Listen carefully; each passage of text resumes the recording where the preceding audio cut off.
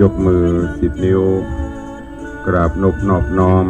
ยังพระติรัตนเกี่ยวเจ้าตั้ง3 ประการอันมีพระพุทธพระธรรมพระสงฆ์อันเป็นสรณะที่เปิ่งที่เคารพนับถืออันสูงสุดในชีวิตกราบคารวะแด่ไตรไวยสาปารมีธรรมพระมหาเถรานุเถระเจ้าคณะพระสังฆาธิการพระภิกขุสงฆ์สามเณรจุตนจุองค์โดยความเคารพเจริญสุขเจริญปอนญาติโยมสาธุชนติ่นจองห้องวัดจุหนุ่มเท่าใจยิงก็ขอน้อมต้อนรับทุกท่านเข้าสู่รายการมรดกธรรมกำเมืองต่างสถานีวิทยุกระจายเสียงพระพุทธศาสนาแห่งชาติและสังคม คลื่นเพื่อการศึกษาพระพุทธศาสนาและวัฒนธรรมคลื่นพระพุทธศาสนาและจริยธรรมตลอดจนดังหน้าจอ Facebook ไลฟ์สดของสถานีมรดกธรรมวัดวังสิงคำต่างทีวีวัดฝ่ายหินต่าง104ธรรมะใครเครียดต่างหน้าจอ Facebook ไลฟ์ของธรรมะภาคเหนือต่างหน้าจอ Facebook ไลฟ์ของแสงธรรมส่องใจตลอดจนหน้าจอ Facebook ไลฟ์ของ FC แฟนรายการญาติธรรมทุกท่านรายการนี้ออกอากาศต่างสถานีวิทยุวัดฝ่ายหินตำบลสุเทพอำเภอเมืองจังหวัดเชียงใหม่ในระบบคลื่นความถี่ FM 104.50 เมกะเฮิรตซ์ สถานีวิทยุคลื่นพระพุทธศาสนาและจริยธรรมในความอุปถัมภ์ของมูลนิธิพระบรมธาตุเจ้าดอยสุเทพในเมตตาของพระครูวรลบนามวงพรหมท่านผู้อำนวยการสถานี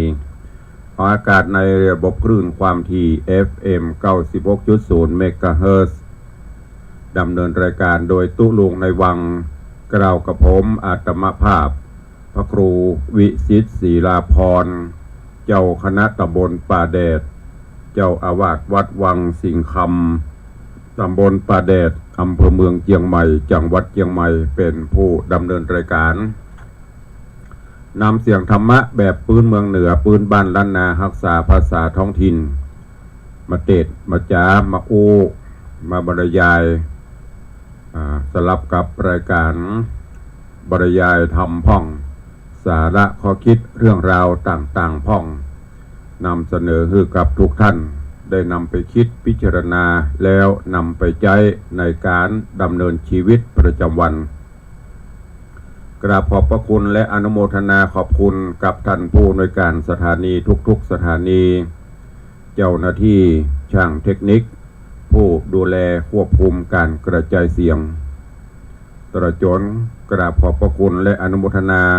ครูบาอาจารย์พระเจ้าประสงค์องค์เนรสาธุชนญาติโยมที่ได้ติดตามเป็นกำลังใจในการสดับตรับฟังก็ดีในการให้ข้อคิดคอมเมนต์ต่างหน้าจอ Facebook ไลฟ์ก็ดี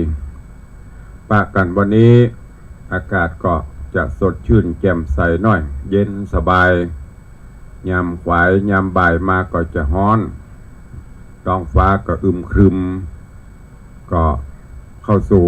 ช่วงของเทศกาลหมอกควันแล้วเนี่ยในโดยเฉพาะจะต้นปีก่อนปีใหม่เมืองนี่ก็จะเริ่มเป็นหมอกเป็นเหมยหมอกเหมยธรรมชาติพ่องหมอกเหมยควันพ่องเนี่ยในช่วงนี้เปิ้นก็คงจะประกาศงดการเผากันอย่างก่อนเพื่อให้อากาศมันปลอดโปร่งโล่งสบายก็ดูแลสุขภาพกันเด้อต่างคนก็ต่างเป็นห่วงเป็นใยกันเนาะครูบาอาจารย์ญาติโยมก็เป็นห่วงตุลุงก็เป็นห่วงครูบาอาจารย์ศรัทธาญาติโยมเหมือนกันก็ประคับประคองธาตุขันธ์ดูแลสุขภาพกันไปตื่นเจ้ามาก็ดียังมีลมหายใจอยู่ก็เป็นบุญเป็นกุศล ณช่วงนี้ขณะนี้เวลานี้ก็ต้องประคับประคองไปเป็นวันเป็นวัน ก็สุมาอภัยเนอะช่วงนี้จะแฮมพ่องกระแอมกระไอพ่องจามไอพ่องโดยเหตุโดยผลก็คือร่างกายบางครั้งก็ต้านบ่ค่อยไหวนะอย่างเจ้าวันนี้อย่างบ่ายวันนี้ก็เริ่มจะเบลอพ่องร่างกายเอาบ่ไหว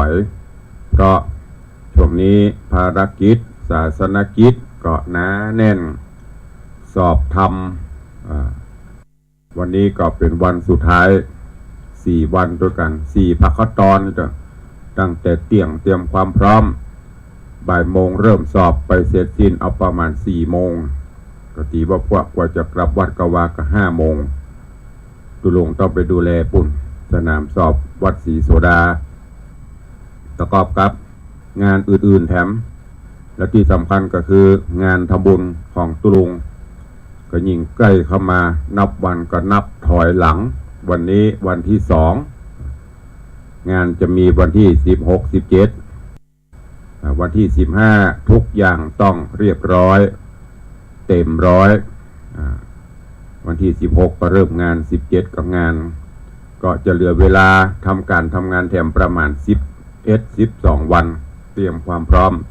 เพราะฉะนั้นก็จะเหนื่อยมาค่ำยามคืนก็ต้องไปโปรดเมตตาญาติโยมศรัทธาครูบาอาจารย์อย่างแต่คืนนี้ก็ไปเทศนาธรรมงานบำเพ็ญกุศลศพของปนานอำนวยใจจาอดีตมคณายกวัดศรีดอนมูลในเมตตาบารมีของท่านพระครูเจ้าน้อยเตชะปัญโยก็ไปโปรดเมตตาปนปิกมากกว่าจะได้จำวัดกระดึกเจ้ามาก็ต้องมาปฏิบัติศาสนกิจบ่ายมาก็ต้องปฏิบัติบางวันก็อาจจะหายไปวันนั้นก็ต้องขอประทานอภัยสุมาอภัยกับครูบาอาจารย์ญาติโยมเถอะเนาะเวลาก็เว้ยนะกระลำมาบดบดายรอบแลบไป10 กว่านาทีละก็มาฟังน้ำฟังธรรมกันเหี่ยก่อนเนาะเอาหัวใจของรายการเหี่ยก่อนแล้วใต้รายการสักเล็กน้อยขอเมตตาเวลาได้ได้จ๋าได้แจ้งข่าวสารต่างๆญาติโยมตัวเองมาฟังกันต่อในเรื่องของสุวรรณบัณฑิตกับสุวรรณกัสสปะบัณฑิตตุลงได้เทศนาให้ญาติโยมให้ครูบาอาจารย์ท่านทั้งหลายได้ฟังก็จบไปละ11 ตอนเนอะ11 ตอนถ้าเป็นผูกกับผูกที่6ใกล้ได้กึ่งเข้ามาละทำเรื่องนี้มีอยู่12 ผูกก็การลิขิตแต่งแต้มทำก็เหมือนกันบางอาจารย์ก็จะอ่านม่วนคล้องจองกันไปม่วนกันไปบางครูบาอาจารย์บางเปียกก็มันเป็นบรรลุกุกกักพ่องเพราะนั้นก็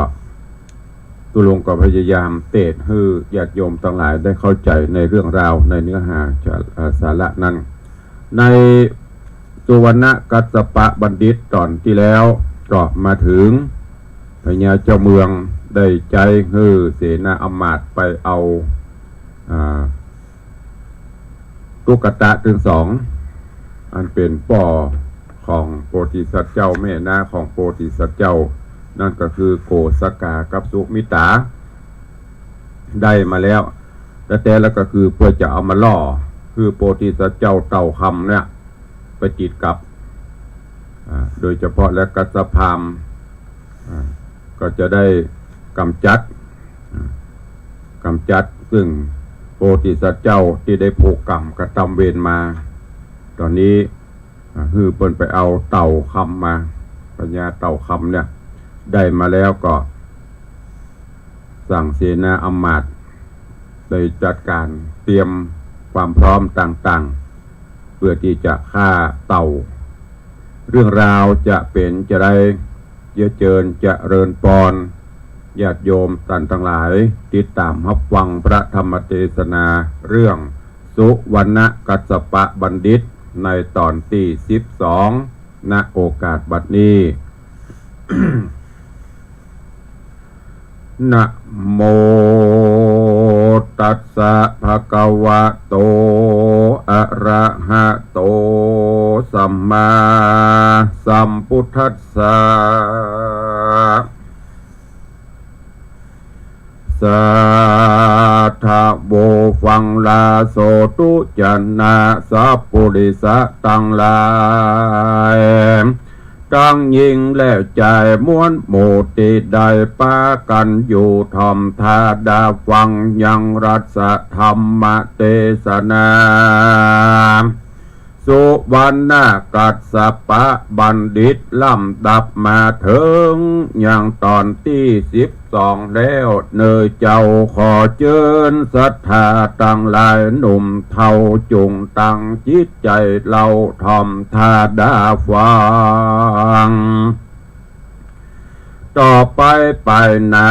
นี้และนาอาทากาเลในกาละนั้นเราองค์พระอินทร์เจ้าฟ้าอันอยู่ลงอันอยู่แหล่งลาคงสวรรค์ก็มีเต้นปันลางอันมาแข็งกระดังพระอินทร์ก็อังสงสัยว่าจะเป็นได้แถมเหล่าฟุ้งมนุษย์เผ่าเมืองโคนไผ่มีตุกโจรฮ้อนใหม่พระอินทร์ตั้นไทยก็ได้ส่องติประเนตรลงมาก็มาหารโปธิสัตตาสุวรรณเต่าคำหน่อยอันตุกะคอยเปิ้นจักต้มเลี้ยงผีพญาอินตาก็หันดีแถมเราว่าโปธิสัตว์เจ้าสุวรรณเต่าคำจักได้ตรัสเป็นพระสัพพัญญูเป็นบรมครูแก่โลกไปนาบอกวันฮื้อพรามหยับจ้าเข็นคาหือด้านชิบหายกวนฮื้อมีชีวิตอยู่สร้างสมปานไปจับจอดโจรตลอดเสียงกรรมของต้านดิลีกันพญาอินตาล้ำเปิงดูดีสันนี้แล้วก็เรียกหายังเตบบุตรแก้วตันใจว่าเฮือต้านเจ้าจุงไปสู่ยังมนุษย์โลกไปช่วยโพดภายสุวรรณเต่าคำเฮือโป้นต่างชิบหายกันปูผีพรายจักฆ่าฮือตั้นเจ้าหน้าเนลมิตหน้าเป็นสุนักขากาบเอาสุวรรณเต่าหน่อยวิ่งล้นขาคอยไปไวในส่วนอุทยานเตนาเตนันเตวบุตตาตนวิเศษอันมีฤทธิเดชหนักหนาก็แถลงเพศเป็นสุนักขาหมาตัวใหญ่วิ่งได้แล้วไรเลี้ยววายนักหนาไปกราบเอาสุวรรณเต่าคำได้แล้วก็วิ่งพัดพันแผ่วหกยันรีบเปรียวปันเตะใส่เอาไปไว้ที่ป่าดอกไม้ในสวนอุทยานส่วนเตบาบุตรนงครานตนวิเศษก็เสด็จขึ้นไปสู่เขตสวรรค์ส่วนวาสักกะญะพรามปุโรหิตาหันสุนักขาบมากราบเอาเต่าคำไปดังอันมันก็คือคนใจนั้นไล่ตัวตามจะจันไปไกลนักหนาโจรหายตาไปเสียจ้อยพรามก็เกิดความต่ำก็ว่ากูสั่งมาแง่วใบแต่นาการกูเอาสั่งมาครอบไว้ก็บอกเกิดใดเป็นไปกูเตี้ยงได้คามันนะฮื้อบ้านกราดนาตาไปตายไปแล้วนาติเอนันสักกาญะพรามผูกมีใจมันหูใจบาปมันหากปาเสนาข้าใจไปสู่บ้านของตนก็มีวันนอนแลยนะ ตัสสะมิงคาเนกาเลไนกาลานันใสส่วนพ่อแม่ไทยสุวรรณเต่าคำคือโกสกาและสุมิตาเมียมิ่งอันพวกเสนาหากจิงยับเอามาใส่กังกาขังไว้ในคอกบ่ได้ออกไปไหนสองขาก็มีความทุกข์ใจก็มาร้องร่ำให้โอยครางตามร่างกายเจ็บปวดเนื้อหนังวะวากน้ำเหลืองจืดจืมมีความทุกข์จนลำบากเมื่อเกิดหาลูกเต่าก็หากถนัดใจเป็นแต่กูบอดได้ฟังกรรมลูกเต่าจริงมาได้ฮับทุกโศกเศร้าเครื่องกาสองขาก็มาบอนครางหาลูกตอนหุกโดนอยู่ใจเจ้าอายว่าลูกแก่นท้ายของพ่อแม่เฮยมาโวยถ้ามาโวยก็จักหันนะพ่อแม่อันเปิ้นจักเอาออกไปฆ่าแต่3 วันนี้แหละนะป่านนี้หนาลูกเต่าคำก็คงมาสูดยังตูบน้อยก็จักข้าค่อยบ่หันนะพ่อแม่เจ้าก็จะร้องไห้อ่อนแอไปมา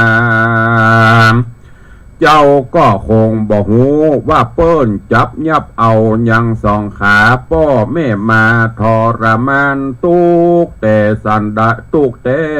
ใดเลยนะข้าขอ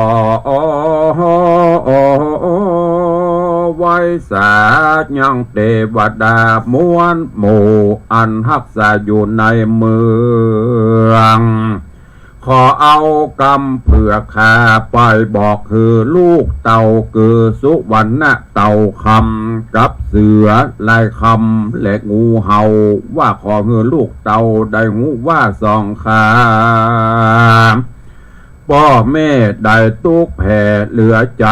น้ำตาไหลอาบนาโกสกาก็เอาผ้าขึ้นมา7 หน้าหนีบเน้นตังโตดัง หนีบเน้นดังตนปากก็เวบนร้องไห้ถึงเต่าและเสือลายตังงูเห่าหอมขอบมาช่วยปกป้องเหือพ่อแม่โปนต่างตายที่นั่นนางูเห่าลายได้ยินใส่งูก็ตกใจตันตีว่าพ่อแม่ดีตาม2 เท่าอาจจักได้ตุกเล่าลวงลายจิงผายดิดดังลองเรียกกูจะรีบไป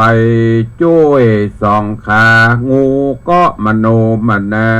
เลื้อยออกจากหูจุ่มปวกเลวไวไปสู่เตโยแห่งเสือโครงกิวกอมกงเล่นลายว่าเจ้าสหายเฮ้ยว่าพ่อแม่เฮาตั้ง2 เท่าล่างเมตุกเล่านำนาจึงอีดดังร้องหาเฮาจิงอึดดังห้องหาเฮาต่างกู้เฮาอย่าได้อยู่รีบไปช่วยเร็วไวเสือและงูก็ปากันสายเร็วแล่นมาสู่แห่งห้องเกหาแห่ง2 ขาพ่อแม่คือเสือและงูก็หาแต่ลายสานกลางสุวรรณเต่าคำก็หายจอยมีแต่หนูน้อยกำปุ้งผ่านใส่ใหญ่ส่วนเสือและงูก็ปากันร้องรำหาไอเสาะหาสะไซก็บ่หันไหนก็ปากันเสาะสอดตามดงไพรใกล้บ้านก็บ่หันแน่ภัยสักคน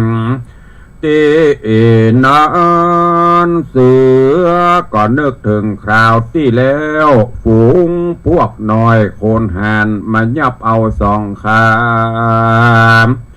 พ่อแม่กันกูบ่มาช่วยแต่สันใดก็เที่ยงดาตายกว่าจอยคราวนี้ก็รอยว่าเขามายับไปแถมกามเมื่อนั้นนาเสือขะดิ่งสันนี่แล้วก็จริงบอกฮือสะหายแก้วงูเห่าคำว่าเจ้าจงเข้าไป เข้าไปในเมืองสอดตามแต่ในคอกกังกาเพราะว่าข้านี้นาตัวใหญ่จะเข้าไปในเมืองบ่อได้ข้าจักเสาะไซตามในดงจักเข้าในเมืองก็กลัวคนแตกตื่นบ่เป็นที่ราบรื่นกับการเสาะหาคนตั้งหลายก็จักทำร้ายขอเจ้าสหายจงรีบเร็วไปคนตั้งหลายเขาก็จักบ่หูตามห้อมตามหูกับกีดเจ้าสหายก็หลีกเข้าไปก็บ่มีไผ่ได้หันเมื่อนั้นงูได้ฟังเสือโคร่งเก่างูเจ้าก็ใจฮ้อนพระเผาใจหายก็รีบเร็วไวบ่จ้าก็มุ่งหน้าเข้าไปสู่ในเมืองเพื่อไปเสาะหายังตั้งสองเท่าแล้วนะอาทากาเลในกาละนอนนา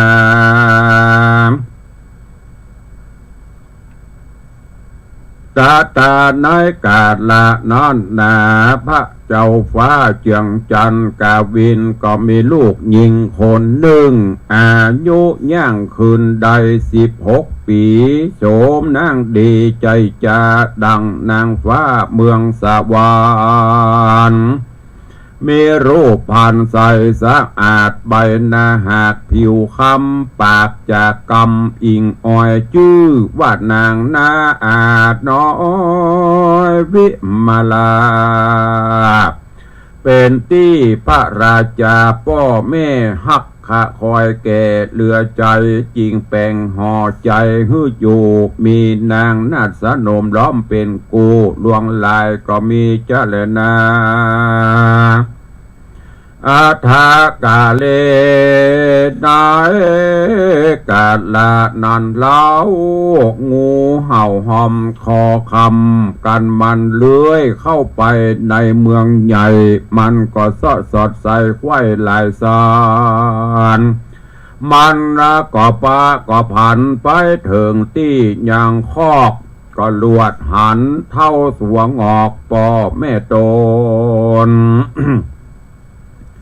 ก็มีความกังวลรองรำไห้เมื่อได้หันพ่อแม่ไทยโศกเศร้าโศกาที่นั่นนา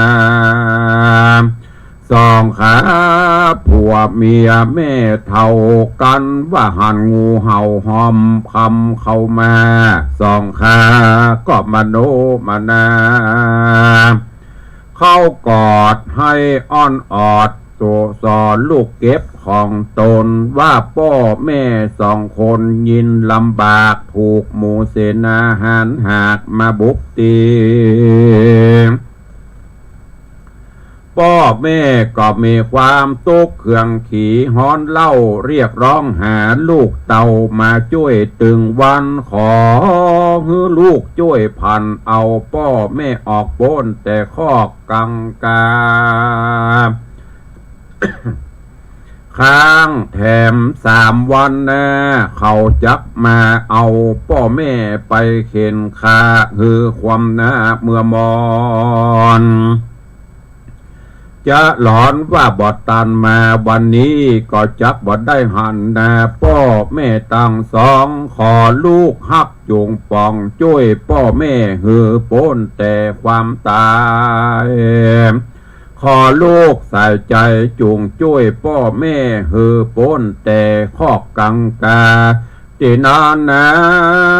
งูเห่าหอมขอคำตัวใหญ่มันหันพ่อแม่ใดตุกเย็นลำเรโรนเข้ามากอดเป็นตุกลำหมอกเหลือใจ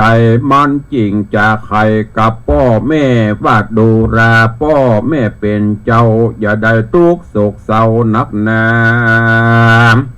บ้านนี้ลูกก็มาช่วยพ่อแม่หือได้พ้นแต่เป็นตุกเครื่องขี่แล้วงูก็ออกไปตั้งนอกมันก็ไปเสาะสอดหายาอันจักใส่ตาคนที่บอดหือได้แสงสอดให้ดีมันก็เข้าไปเสาะเอาในไปเสาะเอาในดงรีใจกันว่าได้แล้วกาบเอามา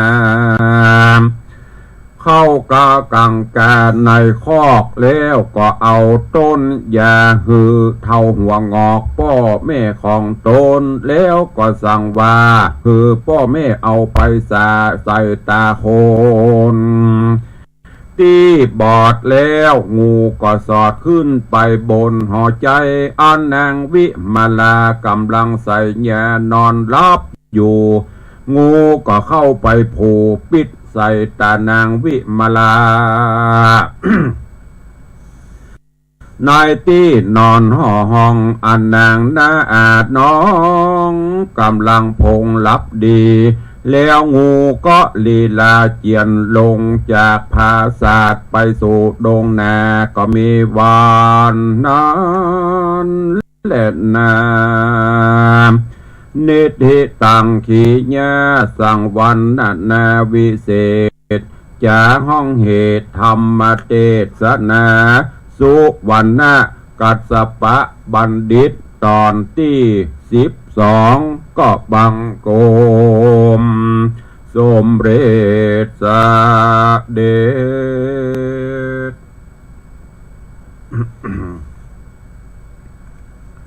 พระธรรมเทศนา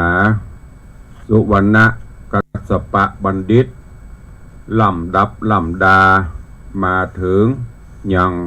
ตอนที่12ปุ่งวางไว้เก้าอี้ก่อนเนาะเนื้อหาเรื่องราวของสุวรรณกัสสปะในตอนนี้หลังจากที่กัสสพราหมณ์ได้ใจเล่เพลทุบายกราบทูลพญาเจ้าเมืองว่าสองเท่าคือโกสกากับสุมิตาได้ไปลักไปขโ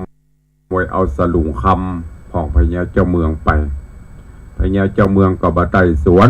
บ่สืบเสาะเรื่องราวแล้วก็โป่งอาจญาฮือกับพรามได้ไปจับไปยับเอาถึง2ได้มาแล้วเอาไปใส่คุกใส่คอกไว้แล้วก็ปลายปอก็แต่งมาตำนายตรายตักว่าบ้านเมืองเฮาจะเกิดกาลียุคจะฮ้อนจะหายหายนะจะเกิดขึ้นกับบ้านกับเมืองเนอะต้องประกอบพิธีเลี้ยงผีหรือว่าบวงสรวงผีบ้านผีเมืองการเลี้ยงผีบ้านผีเมืองนี้บ่ได้ใจหัวหมูบ่ได้ใจสัตว์อื่นจะต้องเอาเต่าคำมาเผามาเลี้ยงเปิ้นมาบวกมาเส้นสังเวย ปัญญาเจ้าเมืองก็เชื่อใจเสนาอำมาตย์ไปแต่แล้วจุดประสงค์ก็คือจะปราบปรามกำราบโพธิสัตว์เจ้าเต่าคำที่มาจูกับสองเท่าเนี่ยด้วยเหตุผูกอาฆาตพยาบาทเมื่อพ่อแม่ของเต่าคำได้ช่วยโดยก็อู้ไปตามตำนองนะโอ้ไปโผดไปเรื่อยไปได้โผดสัตว์เป็นกุลโผดคนเป็นโตดประกอบกับคนเนี่ยหน้าไหวหลังลอกตอนหน้าไหวอย่างรับหลังไหวอย่างฮิจะแตงตั้งหลังฮิจะใส่ใครใส่ความเนอะช่วยแล้วมันจะว่าเป็นบุญเป็นกุลกัสสพราหมณ์ได้ยินผูกแค้นไว้ตลอดหาโอกาส มาศพประมาทฆ่ากะว่าคือฆ่ากะตั้งแต่ในเฮือละตั้งสะเปามาละเก็บความแค้นนี้ไว้ตลอดจนกระทั่งประสบเหมาะในตอนนี้หาวิธีที่จะกำจัดเต่าคำ เมื่อเหตุการณ์เป็นเช่นนี้พญาเจ้าเมืองก็ใจเสนาอมาตย์ไปจนกระทั่งไปได้เต่าคำมาละไปจับไปยับเอาโพธิสัตว์เจ้าเต่าคำแล้วก็เอามาทูลถวายพญาเจ้าเมืองของห้องกัสปรามว่าประเด็นเนี้ยได้มาละเต่าเอาไปจัดการเถอะเนอะวัดทอกเป็นที่ดีอกดีใจกัสปรามก็เอาไปประกอบพิธีตั้งหงพิธีอย่างดีจะเอาเต่าไปไว้ข้างก่อนร้อนถึงองค์อมหูเล็งหันในโลกล่าปัตตภีช่วยเหลือคนดีบ่เฮือได้รับผลกระทบบ่เฮือได้รับสิ่งที่เดือดร้อนคราวนี้ก็เช่นเดียวกันเมื่อเต่าอองคำหรือว่าเต่าคำได้รับความทุกขเวทนาเต้นที่นั่งบัลลังก์การของพระอินทร์ก็ฮ้อนท่านเจ้าก็ส่องทิพเนตรลงดูว่าโอ้ในโลกมนุษย์นี้เป็นจะใดกะส่องลงมาจนได้หู้ได้หันเหตุการณ์ต่างๆก็เลยสั่งให้เทพพบุตรลงมาช่วยโดยเนรมิตเป็นสุนัขะสุนัขะก็คือหมาคือหมาไปช่วยเทพบุตรไปแถลงเปรตเป็นหมาไปกราบเอาเต่าเนอะแล้วปุ่นเอาไปไว้ที่ในป่าหญ้าในสวนอุทยานปุณเนอร์เทพพบุตรเจ้าได้รับบัญชาจากองค์อมรินทร์พระอินทร์เจ้าฟ้าก็เสด็จลงมาก็มาแถลงเปรตเป็นสุนัขะเป็นหมาก็ไปกราบเอาเต่านี้เข้าไปไว้ย้อนถึงพ่อแม่ถึงสองคือโกสกากับสุมิตาโอ้จะเนี่ยจะได้เหลือเวลาแถม3 วันตามอนัตสัญญาถ้าลูกมาช่วยก็คงจะต้องมอดม้วยแน่นอนควรจะเอาไปตัดคอจะเอาไปฆ่าก็อึดหูดังกั้นใจนึกถึงงูนึกถึงเสือตีได้เคยช่วยเหลือไว้ว่าโอ้ป่อได้รับความทุกข์เน้อขอมาช่วยกำเตอะขณะนั้นโดยสัญชาตญาณบุญตึงงูก็หูว่าคงจะมีเหตุการณ์อย่างเกิดขึ้นกะป่อบุญธรรมแม่บุญธรรมได้อึดดังกั้นหายใจนั้นนึกถึงก็ฟังเลื้อยไปหาเสือไปไปจ่าไปบอกให้เสือว่าได้รับสัญญาณเนอะจากพ่อแม่บุญธรรมเขาเนี่ยเป็นส่งสัญญาณมาคงจะมีอย่างเกิดขึ้นถึงเสือถึงงูกับฟังไปไปเสาะหาที่ไหนกับปะนี้เต่ากับบาหารอีพ่อแม่กับบาหารไปที่ไหนเป็นจะได้เสือกับมาเกิดแต่ว่าคงจะเป็นแบบเหตุการณ์ข้าวก่อนเสนาอมาตย์มาจับมายับเอาพ่อแม่ไปเขาจะเป็นต้องไปดูไปช่วยลบก็เลยปากันไปที่ในบ้านในเมืองเสือตัวมันใหญ่หลวงก็บอกว่าเขาจะเข้าไปนี่โคนหันก็จะแตกจะตื่นก็กลัวไม่งูหรือว่างูเจ้าตัวน้อยสามารถเลื้อยไปภายบาหารลองไปเสาะพอรู้ว่ามันเป็นจะไรงูก็รับอาสา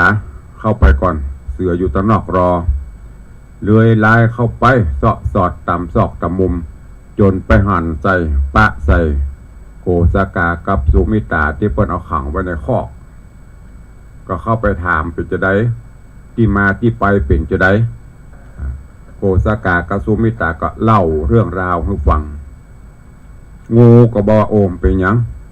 พ่อไม่ต้องเดือดร้อนแม่ไม่ต้องเดือดร้อนเดี๋ยวลูกจะหาวิธีช่วยเดี๋ยวลูกจะไปเสาะยามาไว้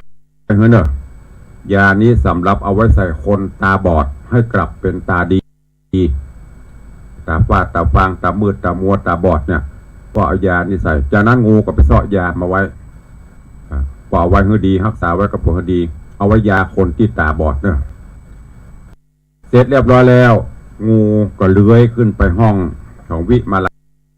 าลูกสาวพญาเจ้าเมืองกำลังบรรทมรับสบายงูก็ไปผูกปิดสายตา พื่อให้ตาบอดเสร็จแล้วก็เลื้อยปิกลงมาบอกคือโกสกากับสุมิตาเก็บยาไว้คือดีเนี่ยยานี่จะได้ช่วยเหตุการณ์จะเป็นเช่นไรคอยติดตามไปในตอนต่อไปเนอะตอนนี้เรื่องราวตอนนี้โป่งวางไว้เท่าอีก่อนอันเนี้ยเป็นว่าโพดสัตว์เป็นกูลโพดโคนเป็นโตดยิ่งปัจจุบันนี้ซ้ำหายญาติโยมต่างหลายสัตว์หน้าสัตว์อย่างว่าสัตว์หน้ามนคนเขาเนี่ยพอหน้ากันหมดมากๆนี่นะเฮาบอกว่าไผจะกึดจะได้กับเฮาจะมีจิตใจจะได้กับเฮากับบอกเพราะฉะนั้นก็คือคิดพิจารณาเป็นว่าการคบคนเนี่ย3 วัน 7 วัน 3 ปี 7 ปียังเชื่อใจกันมันน้อยมีน้ำใช่มันบะหมี่นะแต่มันน้อยส่วนมากก็จะเป็นคนตีคอยแต่งตังหลังหาเรื่องหาเล่าเอาดีใส่ตัวเอาชั่วให้เปิดยิ่งสังคมปัจจุบันนี้ดังนั้นฝากไว้เนอะกับญาติโยมศรัทธานาบุญเฮาทั้งหลายวันนี้ก็โป่งวางไว้ตัวอีกก่อนเนาะเวลาก็ใกล้จะหมดละก็เดี๋ยวตั้งแต่รายการจะได้ได้ได้จ๋าตักตายพี่น้องศรัทธาญาติโยมครูบาอาจารย์ต่างบ้านต่างจองต่างเฟซบุ๊กไลฟ์แล้วก็ต่างสถานีวิทยุตัวเองก่อนที่จะได้ไปแจ้งไปจาก็ขอแจ้งข่าวสารงานบุญต่างๆเนอะเฮือญาติโยมทั้งหลายก็วันที่20 ถึง 24งานพระราชทานเพลิงศพหลวงปู่พระครูพิพิธปุญญาภิรัตน์อดีตที่ปรึกษาเจ้าคณะตำบลน้ำแพร่อดีตเจ้าคณะอดีตเจ้าวาดวัดศาลาตำบลน้ำแพร่เนอะเชิญชวนญาติโยมทั้งหลายไปร่วมงานเปิดจะประกอบพิธีในการพระราชทานเพลิงศพในวันที่24เนอะจะเจริญปอนไปร่วมงานด้วยกันแล้วก็ฝากข่าวมาจากโยมอาจารย์สุรพงษ์บุญ5 ศิษย์ของหลวงปู่ครูบามอนเจ้าดวงดีเขาเชิญร่วมพิธีบรรจุหัวใจและก็อัญเชิญองค์รูปเหมือนของหลวงปู่ครูบามอนเจ้าดวงดีสุภัทโทขึ้นประดิษฐานบนแท่นที่เพิ่นสร้างไว้ซึ่งหลวงปู่ที่เป็นหล่อมานี้หน้าตัก5 เมตรสูง7 เมตรเนอะจะได้ประกอบพิธีบรรจุหัวใจแล้วก็ยกขึ้นบนแท่นในวันพุธที่6 ธันวาคม2566นี่เวลา 9 โมงเนอะที่วัดต้าจำปีตำบลตงสะโตกอำเภอสันปะตองจังหวัดเชียงใหม่เนอะน้ำเอิญเชิญชวนญาติโยมศรัทธาไปร่วมกันท่านผู้ใดจะรับเป็นเจ้าภาพชุดสังฆทานชุดภัตตาหารหรือว่าโฮงตาลก็ติดต่อแจ้งความจำนงได้ที่วัดต้าจำปีท่านพระครูวรธรรมธีรพงษ์เนอะหรือที่พี่นางสุรพงษ์ก็ได้อาจารย์สุรพงษ์นี่เปิดฝากข่าวมาก็เจริญปอนเนอะส่วนงานของทุลุงก็ใกล้เข้ามาอย่างที่บอกไปแต่ต้นนับถอยหลังไปเหลือแถม10 กว่าวันงานทำบุญอายุวัฒนมงคลครบ5 รอบ60 ปี16-17 ธันวาคมเนอะ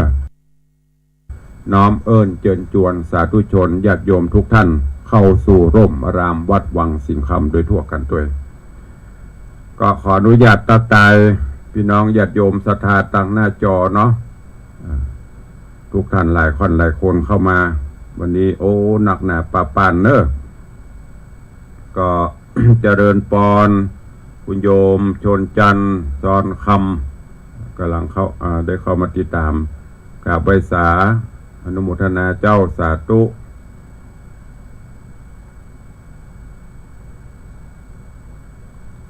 เจริญพรโยมปี้วิไลนวลศรีกราบไหว้สาเจ้าสาธุเจริญพรโยมชิดชบากราบไหว้สาเจ้าสาธุเนอะเจริญพรครูบอยเทพประสิทธิ์สาธุครับเจริญพรครูบอยเนอะ เจริญปอนโยมปินันล่าปินันจรันปิยจันทร์ดอยซิววันพูกปะกันบลืมเหน็ดเหนื่อยปานใดก็ไป ฉลองศรัทธาญาติโยมใครจะไปร่วมบุญกุศลที่บ้านปินันจรันเนอะเปิ่นทำบุญบ้านลวดมัดมือแต่งงานกัน ว่าเล่มได้เปิดแต่งกันได้จัดมือละเปิ่นต่อเติมวิมานห้องหอเปิ่นเพิ่มเติมหมดแล้วเป็นตูบน้อยประเด็นนี้เป็นคฤหาสน์ละใครจะไปห่วงพี่นานจะตั้งต้นมุทิตาตุลุงตัวใครบ่ได้มามันกว่าตุลุงไปบ่ได้ไปที่ฮันเนอร์ดอยซิวทรายมูลม่วงเขียวน้ำจำมูนี่ไปที่ฮันได้เนอะเอาไปเปาะไปหอมกันบันพูกมะค่ำยามคืนนี่เถอะประมาณทุ่มจะไปฮับเอา ไม่ต้องมาก็ได้มาบ่ได้ก็ไปที่ฮันคะแนนบรจุกันเตอร์ปีนานจะแปลงต้นฮะเนอะที่บ้านปีนานจรันปิยจันทร์ปีนานล่านะก็อนุโมทนาตัวเองเจริญปอนโยมแม่จันดีวิสุทธินันท์กราบใบสาธพระครูเจ้าสาธุเจริญปอนเสือใต้โยมแม่ปราณีพยัคฆ์ไคหพลหนองแต้นสันปะตองขอบคุณโยมแม่ถึง2เนอะสิ่งเหนือเสือใต้สิ่งเหนือร่วมทำบุญมาละ50,000ไม่ใช่5,000 บาทแล้วก็ยังจะตัวแถมไม่แถมอยู่เสือใต้ร่วมโมทนาบุญปีนี้ 15,000 บาทสาธุอนุโมทนาบุญตัวเนอะเจริญปอนโยมสุยุพินอินตะสมกำลังรับชมอยู่น้อมอังคณาชัยมงคลปุ่นอยู่ประเทศอย่างก็สวีเดน อยู่สวีเดนปุ่นตุลงว่าจะไปเดือนอย่างก็พฤษภาเนี่ยนะเผลออาจจะกลิ้งไปฮับอะไรอย่างก็เงินเป็นห้องเงินยูโรเงินอย่างพวกมาสักเตรียมไว้สัก10,000 ยูโรเนอะ อังคณาชัยมงคลน้องเจี๊ยบปุ่นอยู่ประเทศสวีเดนตอนนี้ประมาณเที่ยงคืนกับตี 1นี่บรรเทาเจ้าอนุโมทนาบุญรักษาเนอะลูกหลานเนอะอยู่ไกลบ้านไกลเมืองไกลพี่ไกลน้องก็ดูแลรักษาสุขภาพโดยคุณพระคุณเจ้าคุ้มครองถวายความเคารพท่านเจ้าหลวงพ่อธรรมครูสถิตเจติยารักษ์เนอะกราบไหว้สาครับผมสาธุเจริญปอนยายดอยซิวยายเตรียมไว้เนอะเบิร์ดนะไม่ต้องเอาเนอะแบงค์สีเขียวสีแดงขอเป็นแบงค์สีเทาตัวหลงหมีนี่เนาะว่าเล่นไปแล้วนะยายเนอะเบิร์ดปากันแต่วันพูกจะเบิร์ดพูกปากันยายเพลินเพื่อนเกษตรไว้สาเจ้าสาธุเจริญปอนคุณโยมทองคำที่บงค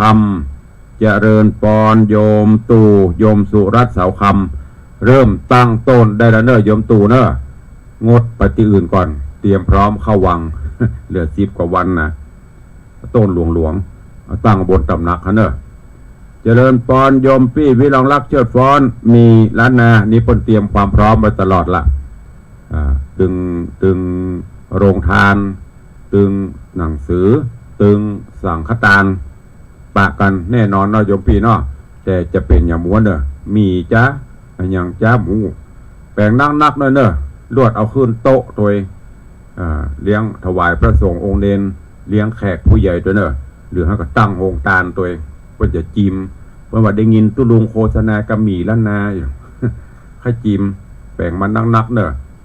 เจริญปอนโยมแม่เลี้ยงทัดพิชาสุสิงคำโยมพ่อเลี้ยงธนวัฒน์สุสิงคำตีมาละเบ่งบานมาละบุญบารมีรักษาขอบพระคุณเตเนอร์วันก่อนโยมพ่อเลี้ยงธนวัฒน์โยมแม่เลี้ยงทัดพิชานำจตุปัจจัยมามอบถวายเป็นที่ปริปุณณังเรียบร้อย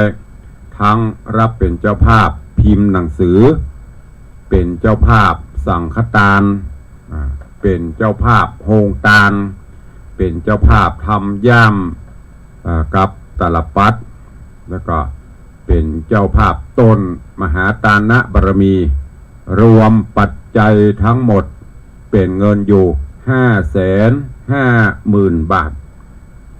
550,000 บาทสาธุเนอะพี่น้องญาติโยม FC ตุลุงก็โมทนาบุญกับพ่อเลี้ยงแม่เลี้ยงเปิ้นเป็นเก้าเป็นประธาน ดำเนินในการดำเนินการนี้คือตุลุงเอาใจเป็นกำลังใจตุลุงซึ่ง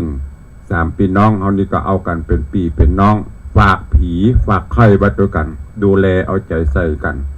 ขอบพระคุณเป็นอย่างสูงยิ่งขอบบุญกุศลปกปักรักษาคือพอเลี้ยงไปเลี้ยงเนอะโดยเฉพาะโยมพอเลี้ยงก็หายวันหายคืนวันที่16-17จะเอาเต้นลูกบ้านมาวัดนี่นะขอบคุณบุญรักษาเนอะแล้วก็เจริญปอนกับโยมประภักเนอะนี่ก็เช่นเดียวกันโอ้มาช่วยกันช่วยงานวัดถ้ามีเวลาว่างแต่ตะวาหายเสพเนอะ ผู้เล่นบดาถ้าว่างก็มาช่วยประภักก็มาช่วยงั้นช่วยนี่หลายๆคนบางพ่อศรัทธาอย่ามาบรรลัยตุลุงเพราะตุลุงไม่ได้บอกใครรู้โดยใจแม้แต่ศรัทธาวัดวังสิงห์คำที่กำลังฟังตุลุงนี่ก็เหมือนกันตุลุงบอกฮ้องตุลุงบอกประกาศ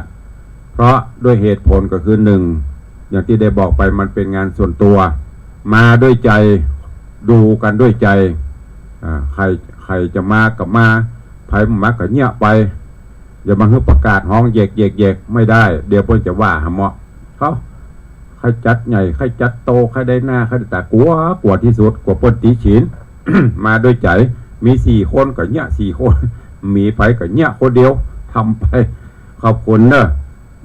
ญาติโยมศรัทธาเราถวายการต้อนรับตุลุงปะเงี้ยว่าจะไปจิมกาแฟเลี้ยวงานนะตุลุงเนอะแล้วงานจะเป็นนอนพุทธสัก3 ปีนะจะเป็นรู้พวกอย่างก็ปะเงี้ย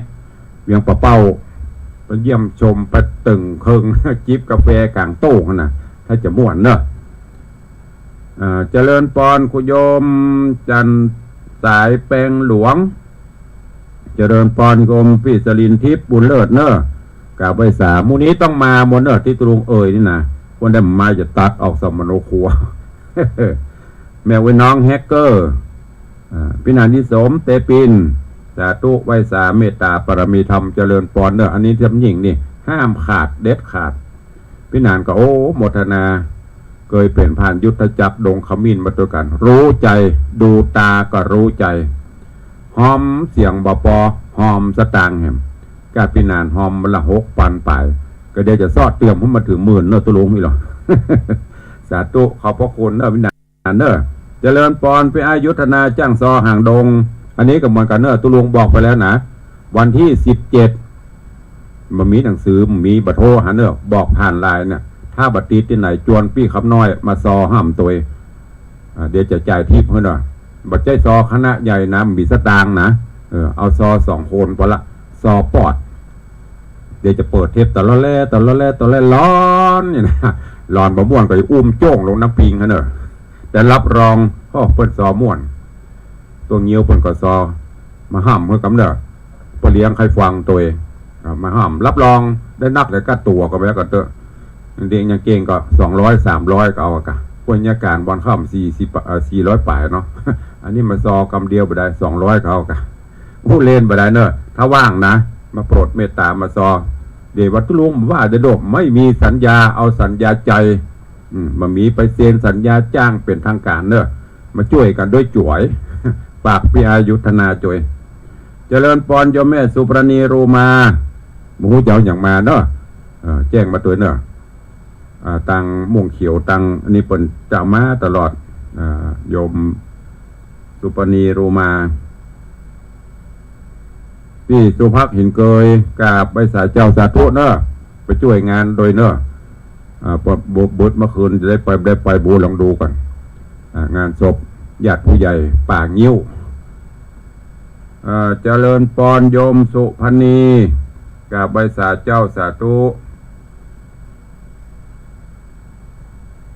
โอ้ขอบพระคุณบุญรักษาแจ้งมาแล้วพิอายุธนาจ้างซอจะเอาโฮงตาลไปห่วมตัวครับสาธุนี่กะสัญญาใจเนาะสัญญาใจไอ้สัญญาแผ่นกระดาษนะอันนั้นมาสัญญาสตางค์อันเนี้ยสัญญาใจไผ่ช่วยกันจะได้กับเปิ้นมีเปิ้นทุ่มกับฮอก็ช่วยเต็มที่อันเนี้ยอนุโมทนาเนอะขอบคุณล่วงหน้ากับพิอายุธนาตัวซอก็จะมาซอช่วยเอาโฮงตาลมาตัวแหมไผ่บ่เลี้ยงก็จดโฮงตาลเฮานักกันเนาะ ของพ่อเลี้ยงปนฮับโฮงตาลตัว โอ้สปะสปันขอบคุณบุญรักษากูขู่กูขนเด้อใกล้เข้ามาละก็เตรียมพร้อมกัน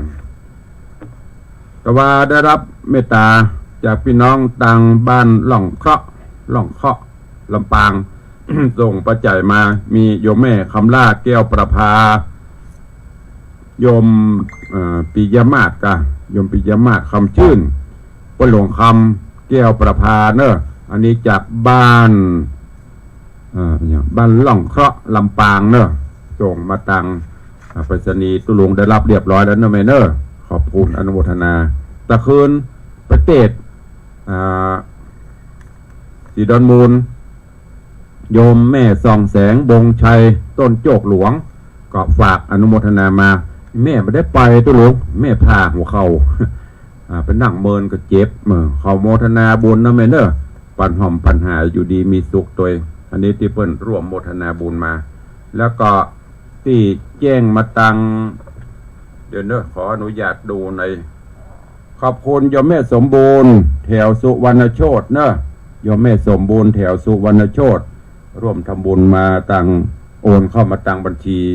ขอบคุณคณะสถาวัดประภัยเจ้าแลแม่แตงขอบคุณโยมพี่อนงโยมสุจินตาวประพันธ์ดอยสุเทพโยมแม่จันเพนเงินคูณเนอะบ้านดอนแก้ววิเลศโยมแม่อุษาไลบ้านร่มโพแม่แฝกร่วมทำบุญมาได้รับไว้เรียบร้อยโยมแม่ล่าอินตรักษาอันนี้ปนปากตันมหาวิษณุมาได้รับไว้เรียบร้อยละพร้อมกับปัญหาไอ้อย่างมาตุยเดี๋ยวรอตุลงพร้อมดีๆเนอะแม่เนอะก้อยไอ้อย่างเอาจดนะแล้วก็วันนั้นมีของไผ่ก็ฝากมาทางท่านจันมหาสมบัติตัวได้รับไว้เรียบร้อยละโยมแม่จันสีปาละนี่เพิ่มเติมโยมแม่บัวเตี้ยงชุมพูคำอันนี้ได้รับไว้เรียบร้อยแล้วเนอะขอบคุณทุกท่านตัวเดี๋ยวใกล้ๆตุลุงจะประกาศให้หมดที่ให้หอมมาเดี๋ยวเวลาแถมน้อยจะตักตายต่างบ้านต่างจองไปเดี๋ยวจะน้อยจ่อยมะตักกันต่างนายลายเนาะประเด็นเนาะหันได้ลายลืมหมู่เฮาเนาะไม่ลืมแต่ตั้งแต่ลายลืมตุลุงมีใครโทรหาตุลุงหรอเปิดโอกาสให้ต่างบ้านต่างจองใครจะอู้ตัวตุลุงเหลือเวลาแถมหน่อย0817836540นั่นแหละพี่อายุธนาบอกว่าวันนี้ขออนุญาตไปเสาะสตางวัดหนองไคร้หลวงก่อนเนอสาธุตามสบายนะหันต้นบุบออมสินหมูตัวบะเล่น เจริญปอนแม่เลี้ยง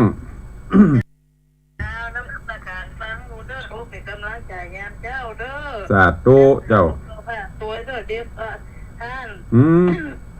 บอกโอ้ยมอนแจ่มคำเด้อที่อวยพรให้โกเลี้ยงทุกคำพรขอเขาสะท้อนยอดไปให้ปกปลาฮักษาวิมลคำจากคำแสงบุญตัวเด้อปกปลาฮักษาท่านตัวเด้อสาธุเจ้าหน้าที่วิมลอันเนี่ยขออันอวยพรให้โกเลี้ยงทุกคำทุกขันสอนขอบุญกินบุญตานี่ก็ไปพกไปโฮมอันบ่อยแม่อุ้ยมอนคำตัวเด้อปกปลาฮักษาท่านตัวโทรติดกำลังใจให้เด้อท่านเด้อสาธุเจ้าขอบคุณผอ104ตัวเด้อขอบคุณนักหน้าที่ท่านนั้นจัดรายการนั้นสาธุเจ้าขอบคุณโยมแม่เลี้ยงพ่อเลี้ยงตัวเด้อแม่หมอนปฏิกินและกะขอบคุณบัลละโยมพี่ชิจบาบอกว่ากาไว้สาเจ้าขนมเส้นน้ำยาปลากะทิรสเด็ดเข้มข้นอีหรอเข้มข้นทำไปเยอะๆเลี้ยงคนหลายเจ้าสาธุเนอะกับโยมพี่ชิจบาเป็นเจ้าขนมเส้นตอนนี้โรงทานที่แจ้งเข้ามาแล้วก็มีประมาณกี่โรงละเดี๋ยวกันเนอะของโยมปีวิรองรักเชิดฟ้อนของโยมปีชิชบาและครอบครัวโยมบริษัทซัมซุงประกันชีวิตแล้วก็มีของพ่อจันแก้วแม่ฟองจันแดงตาจันนิพาพรพนันตาแล้วก็จะมีโรงทานของพี่ไอ้ประเสริฐโยมปีวรรณาชมฤทธิ์อันนี้จะเป็นโรงทานเข้ากล่องประมาณ 1,000 กล่องแล้วก็ของลูกๆหลานๆตัวบางโรงก็ตั้งเนาะบางโรงก็แจกผ ทำแล้วก็แจกคำว่าแจกคือไม่ตั้งเป็นโรงทานแจกทุกท่านที่นั่งไม่ต้องห่วงได้ครบได้ฉันได้เกี้ยวได้กินเหมือนกันหมดลำก็กินนักบัลลำก็กินน้อยเนาะอ๋อมีการแม่นางแม่เลี้ยงทัดพิชาคนเดียวโทรแม่มอนจันทร์คำไม่ไหนดักปิ้งวันนี้มูนับปดึงบัดโทนะพุจังตุลุงละมีการแม่มอนแต่ท่านน่ะกับแม่เลี้ยงเนี่ยเพาะเดี๋ยวป่นไปตามปุ่นละอย่างก็ทางเฟซบุ๊กไลน์มีไหมถ้าไม่มีก็จะได้ล่ำลาหมดเวลาแล้วนะจะทดเวลาตังเจ้าหน้าที่ช่างเทคนิคถึง96 ถึง104เปิ้นทดเวลาแค่น้อยเดียวมีก็จะล่ำเวลากันแล้วเนอะในช่วงนี้อย่างตุลุงบอกเนอะอีป้อยแม่ที่มาหาอาจจะไปเจอเพราะบางวันก็อยู่เตรียมงานที่วัดบางวันก็ต้องออกไปข้างนอกเพราะงานใกล้เข้ามาตุลุงก็ต้องตัวเป็นเกลียวผู้จัดการภายละเฮาเนี่ยพวกหน่วยการเรากับเฮาเนี่ยพันโลงเนาะกับเฮาเนี่ยภายบัญญัติกตุลุงก็อย่างที่ได้บอกไปต้องบริหารจัดการทุกอย่างเองเพื่อให้งานออกมาด้วยดีขอบคุณทุกท่านตัวเองใครจะเมตตาตุลุงเนอะสั่งคัตตานพอเลี้ยงผลฮับวันละ100ซาวจุดค้างแหมประมาณ40พอตุเจ้ามีตัวหมดกันอยู่ประมาณ170ใครจะช่วยก็เมตตาชุดละ 2,500 บาทสั่งคัตตานโต๊ะเคียงตัวละ 1,000 บาทตอนนี้ได้ประมาณสัก3ตัวนะครับ170ตัวก็ได้สัก3ตัวนะใครจะช่วยก็ช่วยองค์ตาลกาหรือจะตั้งต้นเงินต้นทองต้นเพชรต้นมหาตนะบารมีมาร่วมก็เจริญปอนเจริญเนอะวันนี้เวลาหมดเวลาขอนำรายการจากทุกท่านไปก่อนปะกันใหม่ในวันว่าง ขอบคุณบุญทักษาเนอะ